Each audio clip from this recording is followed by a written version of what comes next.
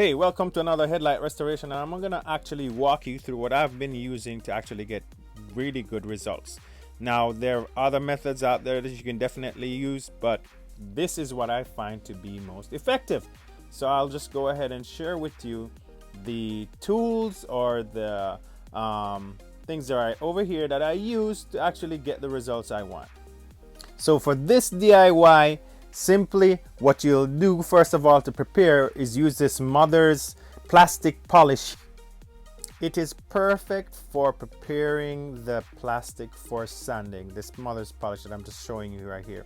So what you'll want to do is to build up through the process of using sanding from one level to the next, getting out most of the dents and blemishes in the item in the beginning of the process, and then build up with the different grades that I showed you before: the 600, the 800, the 1000, the 120 I think it was, and then up to the 3000, and that gives you the perfect surface to prepare for the polishing, because the polishing will bring that plastic to a really new look before we apply the final protector on the item to give you the results that you are looking for to make your headlight look like new.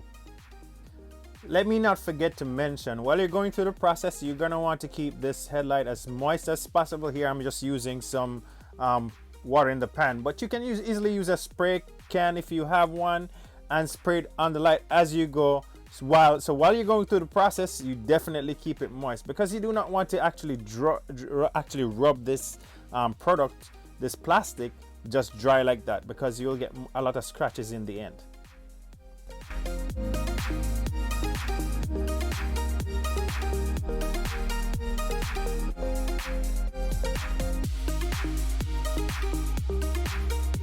We're done with polishing.